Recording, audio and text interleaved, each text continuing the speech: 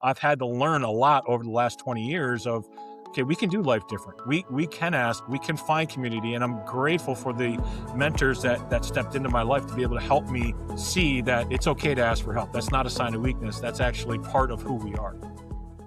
Hey everyone, welcome back. It's Ashley, and today I'm joined by someone who understands firsthand how powerful it can be to turn ideas into something real. And why, hey, come on, Tim, you're laughing already three I know. seconds in here. I know. But I mean, I needed this energy today because I was just like, I didn't sleep very well last night. And so I was just waiting for you to turn it. And I was just like, okay, here we go. I can feel it coming right now. So let's Let's go. go. Let's go. Okay. I love it. Okay. So, former Lego Masters contestant Tim Croll is here with me today to share his journey of learning to take play seriously in both work and life. But beyond that, we're going to dive into his story, the challenges along the way, the adversity, and sometimes those parts in our journeys that people don't see on the surface that really shape us all the more. Tim is a business strategist, leadership coach, and certified Lego Serious Play facilitator. And there is a lot that we are going to dive into today. How we can face challenges creatively, gain clarity, and reconnect with our purpose through different experiences. Tim is also the host of the Narrative Live podcast, a space that I've had the honor of being a part of, where the mission is simple: to encourage people to know, share, and live their best narrative, something that I can get behind and that Yeah, I'm aligned with. So with that, Tim, welcome to thank you. Endurance Diaries. I love that you actually use that. You kind of talk through a bio. So many people get up and they just read a bio. And I felt like, I mean, I appreciate that so much because it feels so real. And I truly appreciate that. Of course. And I appreciate, conversations that we've had. As I mentioned, I've had the privilege of joining you on your podcast, which is also rooted in our personal journeys. And so I'm always, grateful for the opportunities to join other platforms and share parts of my own story. And so I'm excited to welcome you here to do the same. And I wanted to come a bit prepared. Boy, So I have my Lego well, that's the new sunflowers. set. I haven't done that one yet. My Lego sunflowers. Well, this is child's play to a Lego master, but But we still do. I mean, we truly enjoy a lot of those sets. And I mean, in the background, I've got an owl, I got Hedwig, and I really enjoy that. And I've got, anyway, there's a bunch of sets. We do enjoy doing the sets. So I've really enjoyed that. I love it. I also have a Vespa here next to me. My husband just put together, but the other day, and if he listens to this, he'll hear this. The other day, I bumped the table because it's waiting to go into his office. And the other day, I bumped the table, and like literally, like five of the things fell apart. And I was like on ChatGPT asking like, "Hey, how to help reassemble the Vespa Lego and the helmet and all the things." Well, maybe after we get done, we can have a short little session and you can show it to me. We can see if we can get it fixed even better. Yeah, exactly. So with all of that, I'd love to start there. There's of course so much to your story. We're going to dive into it throughout the conversation. But Lego has been a meaningful connector throughout your life, and I do think that there's metaphor there as well. So how did it first become part of your story, and what impact did it have on just the way that you see yourself and how you've grown and evolved? Yeah, I love this question because when we talk about it, a lot of times when you have a public facing title, a platform, people identify that as the main story. And the reality is Lego is not my main story. It is just a subset, a chapter within a much bigger life. And so when you ask me that question, how does it actually become part of that? It is an understanding that as we go back, there were values and situations that we put as priorities that all of a sudden fleshed out as the Lego that people see. So my wife and I, when we first were married, our goal was to make sure that we connect with our kids. We do some homeschooling, we do a lot of different things, but how do we connect with our kids? And so that it basically came to flesh as what are they interested in? What are their hobbies? And how can we spend time with them in their hobbies? My oldest son was fishing. My second son was in regards to Lego. And so I would just sit and build with him. And that's when we would have great conversations. That's when we were able to do a lot of what would be, yes, it's training, but it's relationship building. And so we would put things together. Our very, very first big build was about 16 feet long, about 5 feet wide. And it was a complete layout of a castle, a medieval village, and some boats and all these really cool things. And we did put that on display in Chicago, which is the largest Lego show in the United States. And that's where we got connected with the casting agents for Lego Master. So when you ask me about the Lego Master side of things, yes, that's a chapter. Yes, that's a thing. And it's a platform. However, that is just one small piece of such a bigger, larger story of so many things that were going on. So, and I've been able to share that with my son, that experience. And so now we've really grown in our relationship, and there's a lot of stuff that we can dive into the Lego Master experience and all the things that we learned through that. But that was really how we stepped into it. Well, my first question is, where do you assemble a 16-foot In castle? our basement. We have, But how does that work? And then how do you get yeah. that to Chicago? Yeah, well, we learned a lot through that. Side story on that, one of the last trips that we had back home after we were displaying that, I blew a tire in the trailer and that thing got completely dismantled and shattered, and we've never rebuilt it. So it no longer exists. But in the meantime, we were putting together little plates and squares, and yeah, we learned a lot. We learned about how do you travel with Lego and displays and large complex type structures, and what's the best way to pack them. What's the best, anyway, that I'm sure that's all logistics and people don't really care about that. But yes, there are things that you have to plan for, factor in, vibrations. I mean, there's just so much that goes into it. Not just the creative part, but I mean, like, how does this thing move from point A to point B? And if you've ever gone to a Lego convention, show, whatever you want to call them, there's things out there that are even bigger than what we put together. There's the biggest one I ever saw was 60 people came together and they did a build that was around 15 feet tall, and it was like 20 foot by 20 foot. It was massive, but 60 people working on this thing. Yeah, I think it's really interesting. I mean, it's fascinating to me. The closest I've been to like oversized Legos would be in Disney. So The anyways, I think interesting thing with them is that they use a lot of computer programming to be able to build theirs, and a lot of the people that you see at the shows tend not to use computer programming. They use creative, just like like a palette of paints. They just have a big room, and so they use a lot of creativity to kind of trial and error. Really, it comes down to. so what you're saying is that you gotta do it the hard way. Right? You gotta Sometimes. get No, I love it. I can appreciate that for sure. So you just mentioned, of course, the Legos. You were on Lego Masters on a hit TV show, and I'm sure, you have a lot that you could share in that regard. But I really want to take a different angle here for our conversation. Whenever and you also just mentioned as well too that the Legos, it's part of your story, but Hmm. it's not the whole story. Right, right, So right. I really want to go there because when I joined you on your podcast, we also discussed identity as it relates to performance and what we can achieve.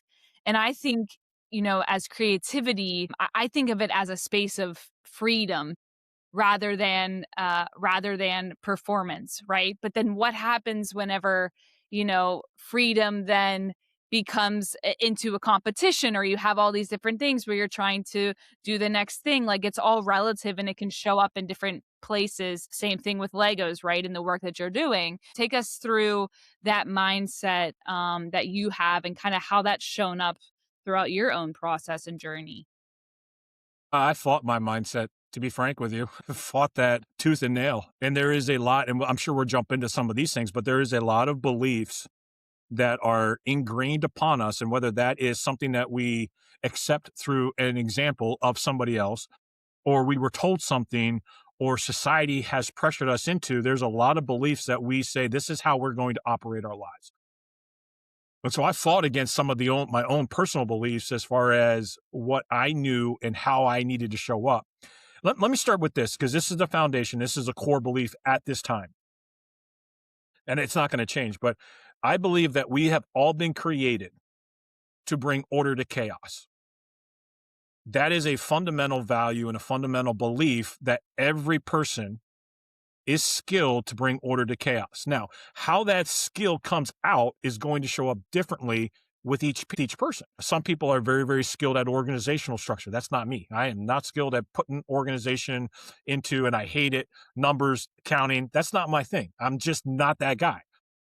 But when it comes to big vision, I'm that guy. Like, I love being able to see the larger picture of things, and I love being, and so for me, it's when I look at that as how do we create order from the chaos that's going on in our lives? And that's like I said, the very, very core foundation. So if I back up, and I believe I'm answering this question correctly and the way that you want, is the fact that as a child, I mean, some of the core beliefs were I was supposed to take care of everybody.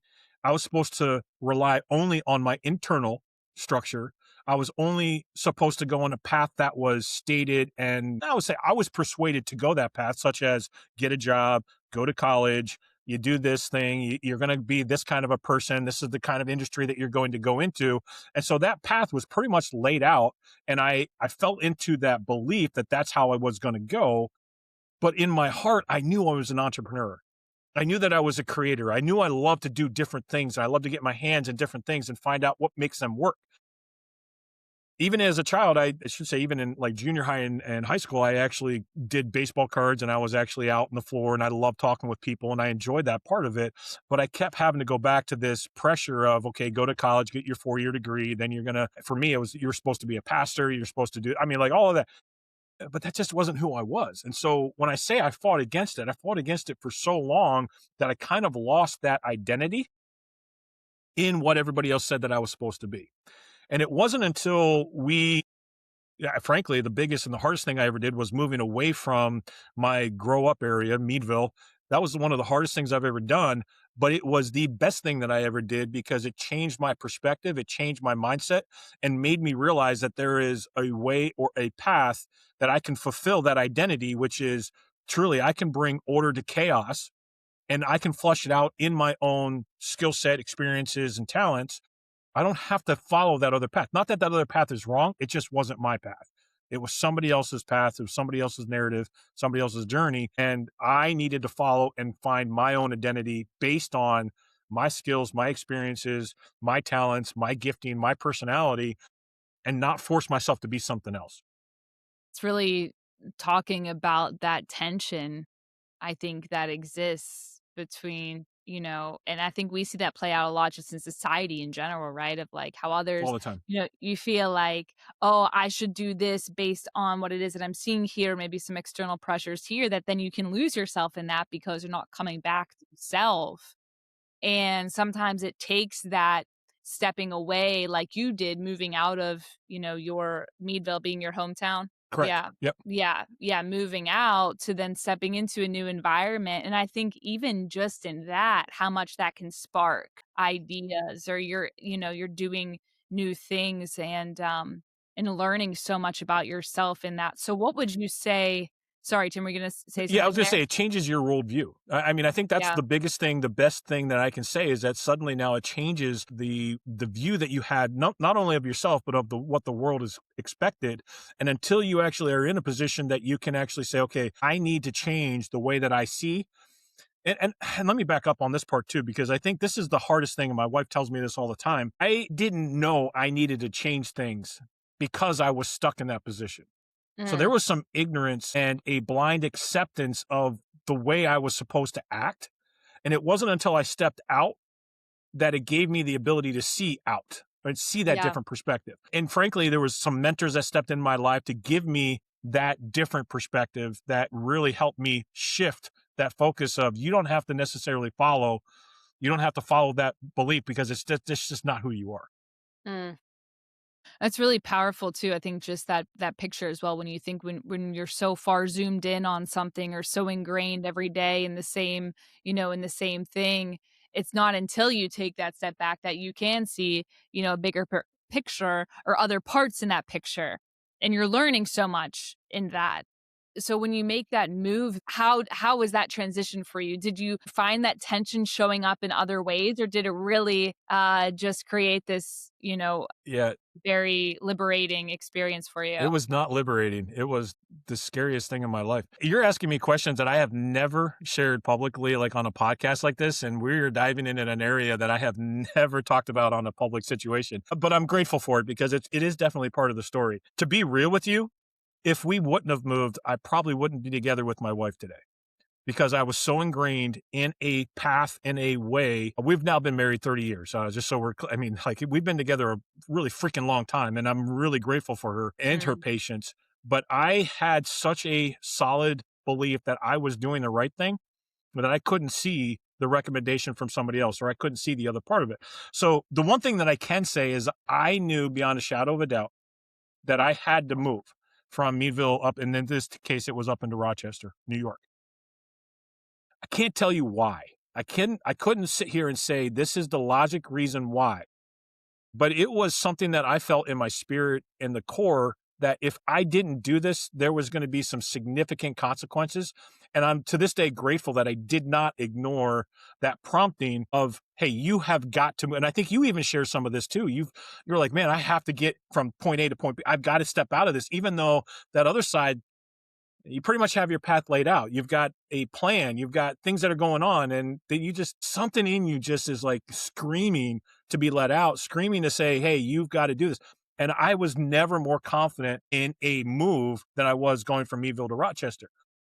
I can tell you this, I was the only one that was confident in that move. My wife did not want to move.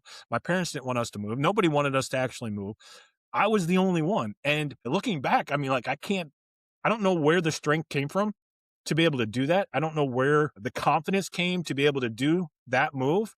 But as far as you got to do this, I just couldn't shake that. I just could not shake the fact that I had to move in order to be able. Now, once I moved, this is what you were asking specifically is, man, tension was high. We lost two houses. My business, the what I was running, the houses got repoed by the bank. I had lost a van. We went from a basically a 3,000 square foot home down to about 1,200 square feet. We had two kids. Suddenly we found ourselves pregnant with our third child. All of this happening while I was literally trying to scrape by, trying to pay a mortgage on a house while paying a rent up in Rochester. And I just couldn't do it. We lost so much, and we had to really go back to a core, let's rebuild our lives kind of a scenario. I mean, now that's been 20 some years or so, but I'm grateful I did. The tension, the stress, I don't ever want to go through that again. But I learned a lot. It was so bad. I mean, this is just a small thing, but it was so bad. And again, I was so confident. We moved up, and I had the U-Haul truck. My wife was pregnant. Nobody was there to be able to help me unload. I literally unloaded a house full of stuff just by myself. That means the couches, the dressers, everything. I manhandled everything off of that truck just because, again, going back to that one core belief that have really had to break is if it's going to be, it's up to me. I mean, like, I'm the only one. I couldn't find it in myself to ask for help. I couldn't do any of those kinds of things, but I knew that this is what we had to do. And then I've had to learn a lot over the last 20 years of, okay, we can do life different. We can ask, we can find community. And I'm grateful for the mentors that stepped into my life to be able to help me see that it's okay to ask for help. That's not a sign of weakness. That's actually part of who we are. It's so good and so important. I think we talked about this too, in our previous conversation about that. Just, yeah, asking for help. I mean, I know that in my own story, it's been something I've been very stubborn with, thinking I can do it all. And I then catch you, myself doing it even now. A guy asked, hey, do you need help with something? I'm like, to be honest with you, I probably won't ever ask. no, I'm going to And do that it was just 2 weeks myself. ago. Okay. That was 2 weeks ago. I'm just like, I still fall into that trap. Totally, totally. But when I think about my own journey, I think about the people alongside me in that journey. That has been everything. And it's the allowing that in, allowing people to come in and receiving that help. But gosh, that's a journey in and of itself of getting there, you know. Yeah. Yep. And so something that I wanted to go back to what you said was it didn't really make sense so much, right? But you had this nudge and this confidence anyway. How do you see that just showing up throughout your story in that way where you can learn to just trust that voice however you want to call it in a way. How important has that been throughout your story whenever we are always in this like needing to know and having that kind of fear that exists with the Yeah. unknown? So how do you trust that internal voice to make a decision? Okay, so I have to answer this in two different ways. I can say that it's only happened to me twice in my life. That was the second time. The first time was a choice in college. I was registered to go to a college, and literally the week before open, everybody comes in, freshman, I switched and went to a different college. That was the first time I just knew that I had to do that. Second time was that move from Meadville to Rochester. It's never happened again, which is interesting. Changes and the things that were going on that were massive. So we moved from a Philadelphia area, and there's a lot of other moves that we did. We moved from Philadelphia area to Michigan. That was circumstantial. The circumstances forced us to do something that we didn't necessarily want to do, didn't know really what to do, but circumstances forced that. There were other times when opportunities forced us. I had no other options except for that one opportunity. That was a move from Rochester to Philly.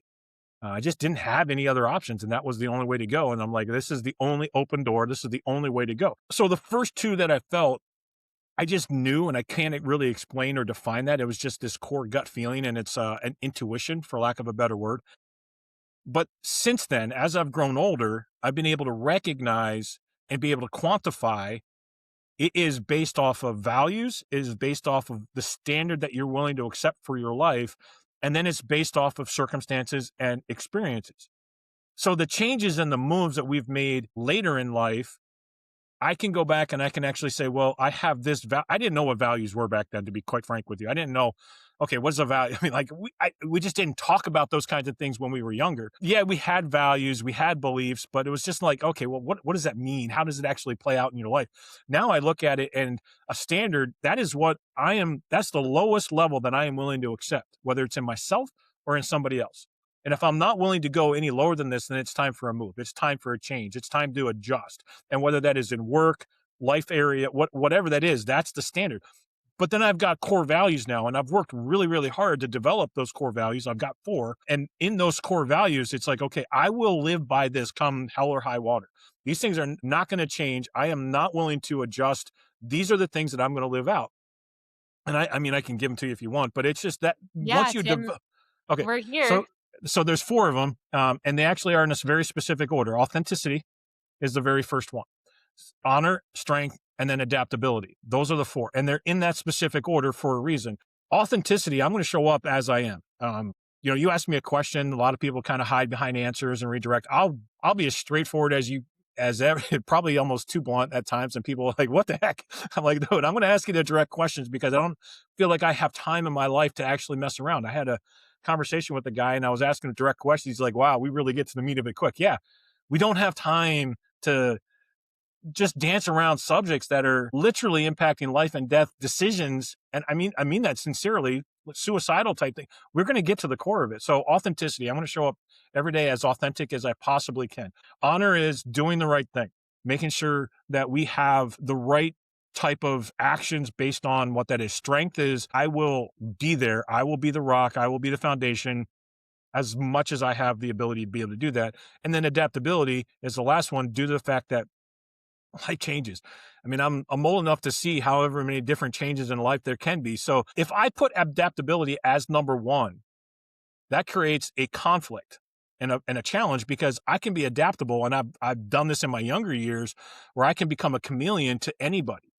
And I can act and operate, and they think that I'm one way and I'm not that way. So that's why authentic has to be first versus last. And that's why they're in that order. Yeah. So all 4 of those are my core values, which then dictates and tells me. So going to the question of this aspect, that gives me the ability to make a decision. I now have mental stability because I can go back and say, okay, am I making this decision based on this value, based on the standards, based on my experiences, now I have the gray hair, the wisdom that I get with that because I've lived through that. And now I don't necessarily use as much innate. Yeah, there are some things that I feel, but at the major decisions, I'm going back and saying, okay, does this align with my values? Am I willing to accept this as a standard? And I ask those questions, especially as we look at whether we're taking on a job or opening it up a partnership or whatever that ends up being, is those are the core decision-making questions that I have to ask in order to be able to decide yes or no. Mm. I love how you describe that, and thank you for sharing those values with us here too, because I think it's something to think about, right? I mean, when you ask the questions, you mentioned earlier how, when we're younger, it's like, yeah, we have values, but we don't really speak about that. We don't really have the awareness of what that is. And then as you go through life and, things happen, things change, you grow, older and just as we continue to evolve, right? And then you start to realize like, oh, your values and how your actions actually derive from that place. And so it's just I appreciate you sharing that because it's something to really ponder and consider, as we look at our and examine our own values in that way. If somebody is going through that, this is not a one day, hey, we're going to just quick write something down. I mean, Totally. I took a couple of years to really sit and think and change and adjust, and until it really now it's part of who I am. I mean, if I that it's just not going to change now Yeah. after 4 or 5 years of living this way, and it's just where it's at. So No, I really appreciate you sharing that. When you think about your values and you think about your life in the in between, take us through some of the challenging moments, the adversity that you've encountered, throughout your journey that you can connect those dots between, your I values love these and questions, by the way. These are so, thank so you. deep and good. Again, you're going to get me talking about stuff that I literally have probably never talked about on air or on a podcast at all. But I love that because it's the real part of who we are. The number one thing, I probably could have been a millionaire a couple of times over, but chose not to go down a path. One of the situations that happened within the last, I would say, 10 years, we built a company. It was called Sunfrog, and we did shirts. And it was at the beginning of the Facebook timeframes, and basically, we took that company. I built the company basically from around $500 to $1,000 a month to 15 million a month in less than 2 years. It was an insane experience, and it was incredible to walk through and learn. But I had to face some decisions in that. I'm being cautious on what I want to say here, so just give me a second to kind of think through. There were things I disagreed with on a value standpoint. One of them being the way that we handled and operated the copyright issue. We opened it up so that anybody could put images on our site and it wasn't being monitored at all. My opinion was we needed to have compliance, monitoring, lawyers, things like that. It never happened. After I disconnected and was separated from them, Sunfrog ended up with the largest judgment ever handled in a copyright case ever. Harley Davidson had tracked it for 3 or 4 years, and they ended up getting a judgment set against Sunfrog for literally millions and millions of dollars because of the non-compliance to the copyright laws. That was a value thing. And oftentimes I go back and I think, well, if I would have stayed, if I would have caved, if I would have done some different things, I mean, I would have been making them probably around 150 to 200,000 a year, and in our area, that is like high money because it's only like $50,000 a year to be able to live and maintain. So that would have been a lot, really good money. And Sure. I talked to my wife a couple of different times about this, and in a attitude of, man, I kind of really regret that. I really regret because, man, we got a financial struggle now. We got this struggle. We got that struggle. And she looked at me and she said, "Why? Why do you ever do that?" She said, "Because basically you probably would have been the fall guy and you Mm, probably would have had to have all that financial responsibility, if not ended up in jail because of what happened in the situation around that copyright." And I look back on that and I'm like, man, that was definitely a decision based off of a value. And I'm not willing to go down that path, but it's going to cost me a lot. And it has cost me. The lawsuit to separate cost me almost $250,000 to be able to separate out from the things that were going on there. Lots of other details in that, and I don't want to get into that, and I don't want to, badmouth a lot of situations, but it was one of the rougher times in our life as far as a family because I had a lot of expectations. I mean, we built a really cool, great thing, and then just to watch it go down the way it went down, I was crushed because I was like, man, this is go back to the identity. Like this is part of this is one of the things. And even back then I struggled with the fact that identity was equal to success. And that if we were successful, then I was a good person. I had strong identity, right? And so there was still some of that struggle internally for me, as well as financially, as well as this is what this guy is doing is just wrong. I mean, he's not being honorable. He's not committing his promises. He's not following through on stuff. And so that was a that was a big situation. That's one that I can recall very, very quickly when you asked me that question. Yeah. Well, I appreciate you sharing, Tim. And yeah, again, it's like, it's at what cost, when you look at your values and compromising your values, and you can look at a way to say, oh, I could have gained all of this here, but also then at the expense of what is most true to who you are. And I think, and it's different for everybody, but with our values, it's like those are non-negotiables, right? Correct. And Correct. so knowing that, like, that's a non-negotiable, it's like, then I have to be willing to, accept that cost. And I think for me, it's knowing that I'm doing something in a way that's aligned with who it is that I am. It's far more important than what could have been on the other side. In a way that, oh, you have this gain, but because to me, then it's hard for me to keep walking day to day knowing this in my head. Like, and maybe it's to a fault, but it's No, it's like, not. It's not. And I can tell you this because I've actually walked with several guys in coaching and mentoring relationships. They will look me in the eye and they will tell me, "Well, you just don't understand. You just don't understand the situation." Or the other side of it is a justifiable cause. In other words, well, I'm there because I am the good person. I am the light. I am the one keeping it on track. I am.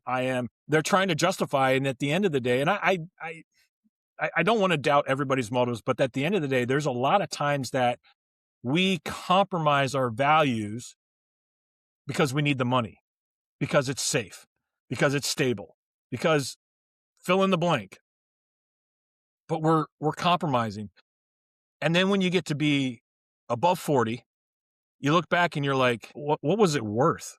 What is it really worth? And that's the part that I flip this back because now, especially my boys, I've got they're both married and one son has we've got two grandkids and I'm very happy and grateful.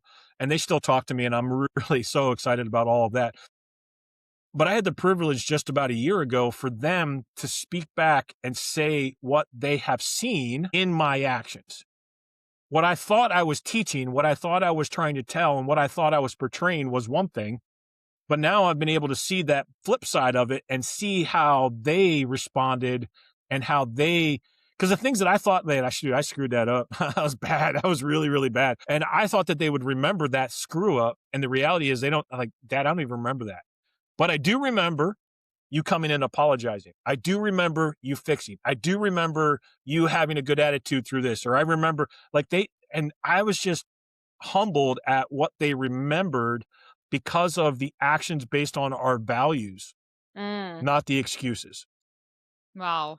How does that influence then how it is that you show up? I mean, obviously speaking back to your values, right? And like keeping that at the core. But I think too, even beyond that, and just how we interact with others and how we see one another, and knowing that there's things that maybe how we show up, how we act could be impactful for them in ways that we don't know or realize. And so that makes it all the more important to show Yeah. up, with I, that integrity in a way. yeah, I think there's a couple of things on this. One is it changes the color of your glasses and how you see things. When I was younger, specifically, again, defining success means, hey, we're going to have a lot of money in the bank. We're going to have a nice title. We're going to have this. We're going to have that. And there are times when I look back and I do regret because I don't have a lot of money in the bank. I mean, like, it's just not there. But I have kids that come back and want to come back. And I've got grandkids that want to be there. And I look at that and I'm just like, man, given an either or situation, I would rather have what we have. Mm. Because that's, to me, is like, that's the legacy. That's the thing that I'm so grateful for. So changing those glasses on what you define and look at as far as success is absolutely key. The second thing, and I'll say this, and I want to be careful because I don't want it to be, I'm going to say a broad statement, but I just understanding that it's not always broad. There are definitely nuances within this. I have watched, though, many men chase the success, the identity through title, through whatever. And especially as they get above and their kids start graduating out, not have that relationship with their kids. And they are torn up and really broken about that. And at the end of the day, they look at that and say, what do I have is nothing but emptiness. These riches I can't take with me. These cars, whatever, the house, location, any of that stuff. And changing that lens of success, changing that from what you looked at as far as the titles, the things like that. That's the part that as I am able to speak with my kids and actually hear back and see the value that we've been able to put on the relationship, that's given me even more confidence that we did the right freaking thing. And now when I look at others, it gives me so much more. Even when we were on the show, the Lego Master show, they wanted us to portray a certain way. They wanted us to tell a certain story. And I'm like, heck no, this is Mm. not where I'm going. I mean, my son, my middle child had just graduated, and I'm like, we're not telling the story of a goofy dad that embarrasses his kids. No, this is a healthy relationship that my son and I have. And everybody, all the producers, all the story, everybody there was like 6 of them, they kept trying to push me into a direction and tell a storyline because it was good TV. It's reality TV. And like the one thing I can say about reality TV is it's not real. They are crafting that story in a way that I'm just like, dude, I can't watch this stuff anymore because I know what's going on behind the scenes. And I'm just like, this is stupid. You're telling me, Tim, that everything we see on TV is all scripted? No. I love that you bring that up too, though, because again, it shows just that conflict of your values. Mhm. And I think when that's at play, it makes the decision, I think it makes the decision making process. How do I say it? Like, there is the tension there. It's hard, but then you can make a decision that then you're at so much peace with because you know that it's in line with your values. Like, that's my Absolutely. experience with that. Yep. It does not make it easy to go one way or the other at all. But I feel like when I have that peace with it, I know, okay. And that to me is worth far more than, the potential upside of this or that because I have peace now. When that is shaken inside, it's like we were talking about earlier, for me to walk day to day with that going on in my head and my heart, it's like, it's not worth it. Like, I need Well, that peace. it's interesting. So I literally was just this morning journaling about this because frankly, I've been struggling over the last 2 or 3 days. So at the time of this recording, we're 2 days, 3 days after Valentine's Day. I can't remember whatever the number Yeah. is. We're just a couple days Yeah. after Valentine's Day. After every holiday, when I say holiday, like scheduled holiday, I have a serious problem internally where I feel worse the day or two after whatever that scheduled holiday is. Like whether it's Valentine, I don't care what day it is, Christmas doesn't matter, whatever scheduled holiday is. So I'm gonna say something potentially controversial, or I'm gonna get a lot of people upset with me. Is like I freaking hate holidays. I hate them because it is something that I am told I have to act and operate and do something in a certain way, and Mm. I have to perform and I have to show up, and I'm just like, okay, flip side of this, and this is what I was journaling about. One is, yes, I hate that side of things, and it depresses me. I get anxiety. I get all kinds of stuff after holiday. On the other side of that, when we schedule an adventure with our family, it is the most fulfilling time that I have because we can go out and work together. We communicate, we build relationship, we see things that are going on. And whether you want to call it a vacation, an adventure, I don't care what, I have more wholesome, healthy experiences from those. And it builds up my emotional tank. Mentally, I get reset. Physically, I'm reset. I mean, like there's so many good things that come out of that. But yet society is telling me, no, no, no, no. Valentine's Day is Yeah. the day it's got to be. Christmas is the day it's got to be. And I'm just like, dude. So as I get older, I get my family calls me the Grinch because I'm just like, I'm not good with this kind of a thing. So anyway, Yeah. the audience can listen and they can all disagree with me, and that's fine. But that's just how I am. No, I think it makes total sense because there's that performance, element Yeah, to it, right? I think like striving and pressure kind of go hand in hand because when you experience pressure, then you're striving towards something. It's not always a bad thing, pressure. it just hit me why this is a challenge for me. It's not authentic. It's not authentic.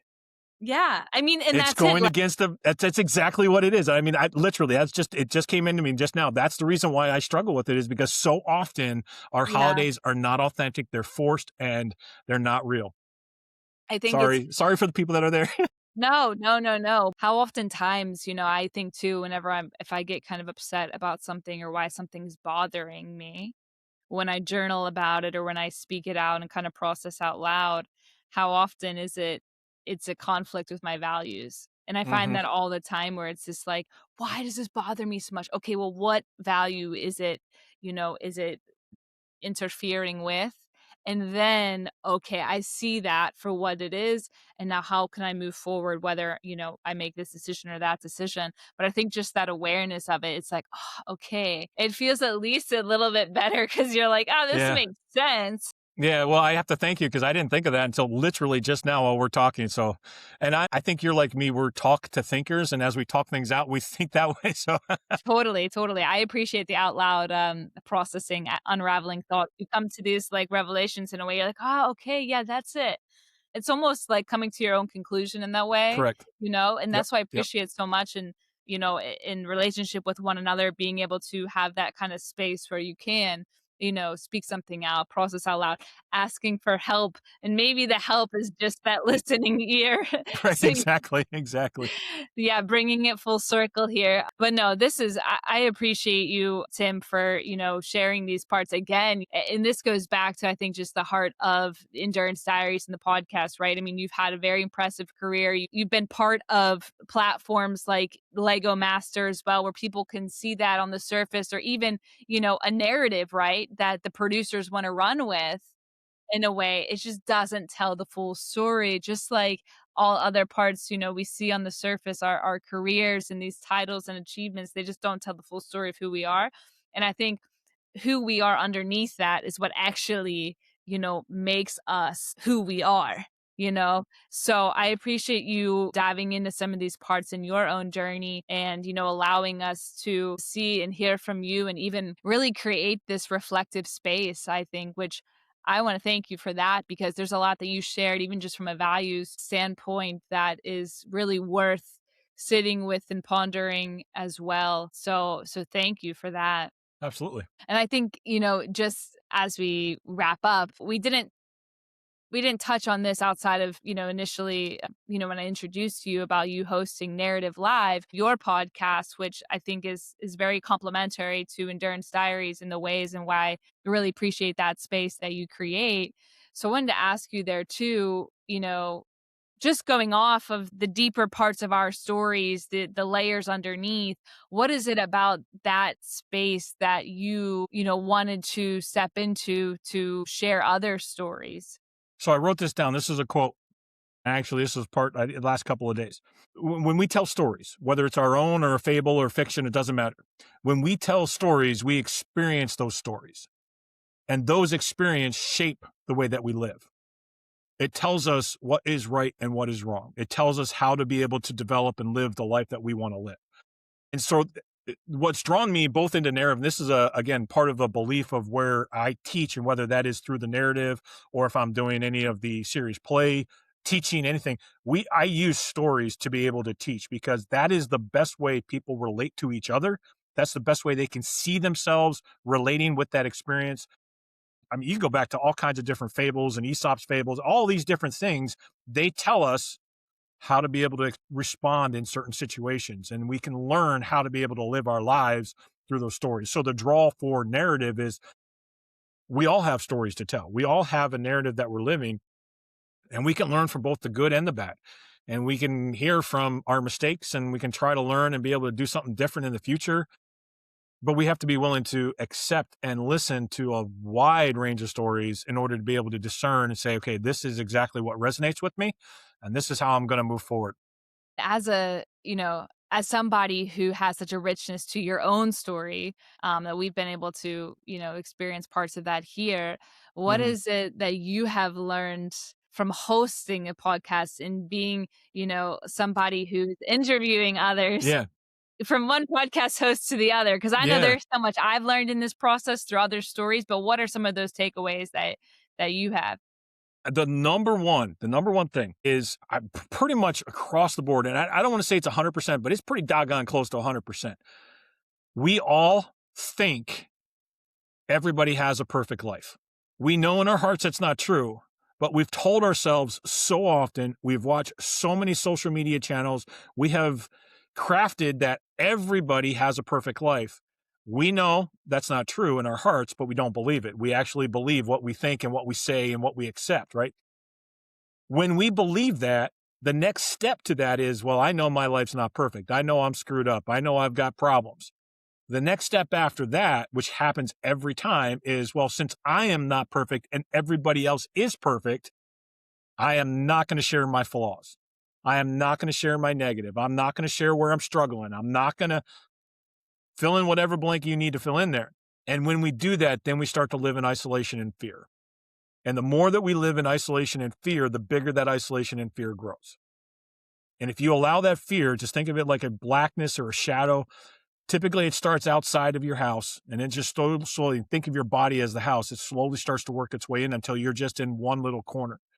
And unfortunately, we have an epidemic of suicide and things that are going on in our country. And I believe at the end or at the core of that is due to the fact that we think we are the only ones going through something, and therefore we believe we are the only ones going through it. And then we allow the fear and the isolation to dominate to the point where we're just like, I don't know what to do. I don't know how to move out. I've had people tell me they feel like they're in a black room, no lights on, and they have no idea where to go. They have no idea what exit to go. Somebody verbalized that feeling to me while we were talking. And I can honestly say I have felt some of those, but it's not until you are willing to say, yeah, I feel like that you can first take that first step, because then somebody can crack the door open and you can see a light. I think, even just as you sharing that, Tim, for those listening, I think people could be, shaking their heads in agreement with that, right? One, that they have been there and they understand what that feeling is like. And then the other part of that is just those thoughts that we have about one another. And seeing, it's a little cliche, right? But there is so much of this comparison that exists. There's so much of this. We see something, we want to measure up, we want to stack up. It used to be just in magazines, and now it's everywhere. Yeah, it's Now like it's everywhere. we're doing it. It's interesting because it's like we're all kind of contributing to it in a way, Mhm. right? And it's like we recognize that it's there, but we're still kind of contributing to and sometimes I even think I'm like, gosh, like let's all collectively decide that we're just going to get off of social media. And then Yeah, like, but it's like okay, then you come but it's back. such a powerful tool too. It's a powerful tool 100%, and so but those are kind of the thoughts I have sometimes where I'm just like, "Can we all just get off of here? Because let's all do it together, and then we'll be like, all right, we can just communicate in real life," which, we all know it's important to do, and it's important for me to reach out to people in real life. I think that's like So it's like interesting you say that, because that's the first feeling that everybody felt with TV. mm, That was the first thing when everything, I mean, especially people that were thinking, and it was Fred Rogers who actually, the first time that he saw something on TV, he was horrified at what he saw. And then he went about to put change into it. And I think instead of us framing it as, hey, let's just get all of this off of social media, if we made a conscious effort to do what Fred Rogers did, which is he wanted an educational show that was going to be empowering, uplifting. He was the first person to really fight racism by allowing an African American guy to step into the pool with him, and that was early on. So I guess I come at it from a different angle with the social media. Is if we can make a conscious effort to do and operate in that manner rather than contributing to the negative side of it, it is a powerful tool. yeah, It is no, something that can totally. change. I mean, like there's a lot of good things, but everything is good and evil with it.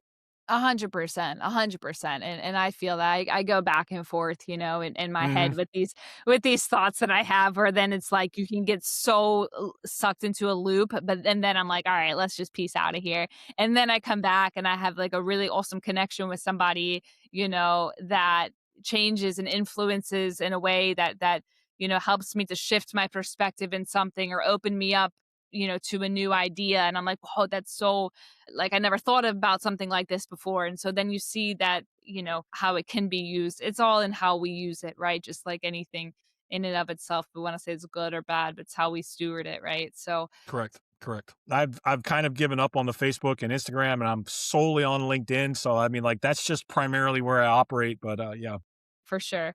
Well, Tim, thank you again for being here, for sharing, your journey with us, the parts, that people don't always see, don't always right. hear. You said you shared some things for the first time on this podcast. So Yeah. I feel honored, but no, thank you. I appreciate, our conversations and the dialogue that we have. Thank you for that. Thank you for what you put on your platform with Narrative Live. Again, sharing stories and amplifying those voices in that. So No worries, no worries. But I mean, if somebody wants to contact and reach out, I do want to express that I am more than willing to have a coffee networking meeting with somebody if they're like, hey, let's just talk. And I think that's such an important, powerful aspect of, especially as you build your community. yeah, reach out to Tim. Like he just mentioned, LinkedIn's the place to find him. Sounds good. We'll see you guys.